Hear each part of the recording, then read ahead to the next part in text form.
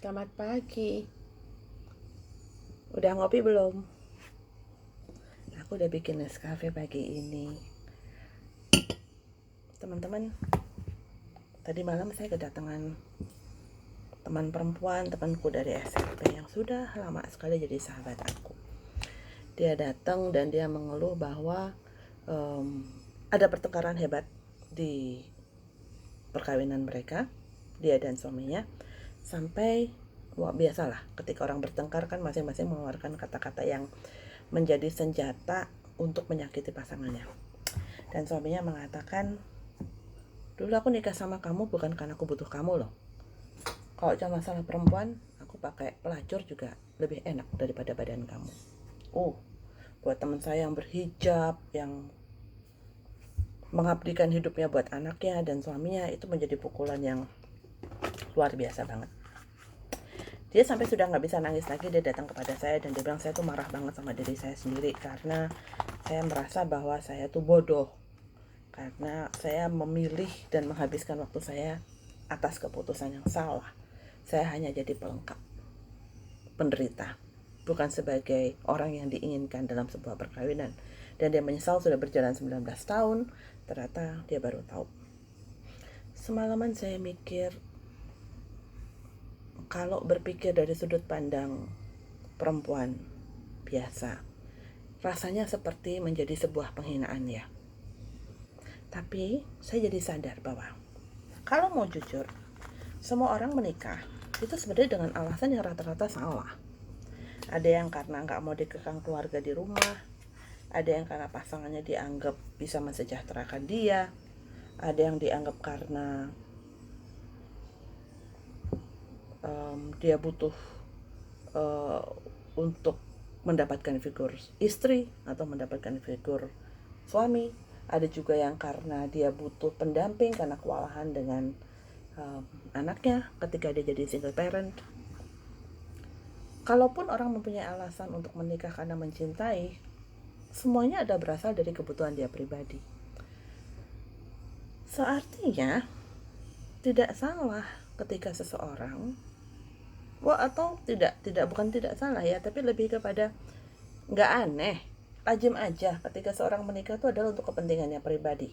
Yang menjadi tidak nyaman adalah ketika apapun yang kita rasakan, ketika tahu itu akan menyakiti pasangan kita, itu kita sampaikan. Dan itu adalah ketidakbijaksanaan orang ketika dia dalam perkawinan. Orang yang katanya kamu cintai sebenarnya orang yang paling kamu sakiti karena kamu puas gitu, karena kamu sebenarnya nggak mampu untuk menyakiti orang lain, mampunya menyakiti orang yang kamu tahu stuck dengan kamu.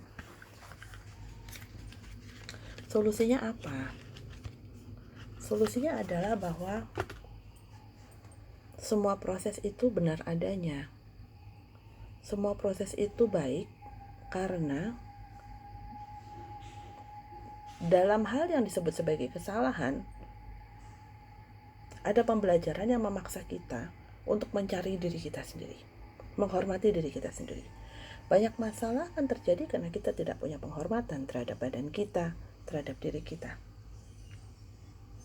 Dan kita setiap saat harus dipaksa oleh Tuhan untuk bertemu dengan orang-orang yang sulit, dengan orang-orang yang terlihat salah, untuk mengingatkan kita bahwa kita harus menghormati apa yang Tuhan berikan pertama kali kepada kita, yaitu diri kita sendiri. Mengapa pendapat satu orang, pendapat suami dia, menjadi hal yang sangat penting, padahal saya tahu persis dia adalah orang yang sangat baik. Dia tidak bekerja, dia di rumah demi anak-anaknya, bahkan dia pernah kehilangan anaknya nomor 3, nomor 2 waktu itu. Sudah besar, sudah 7 tahun dia kehilangan, lalu dia dapat anak lagi. Penderitaannya tidak habis-habis. Tapi mengapa terasa seperti perkawinan ini sesuatu yang salah?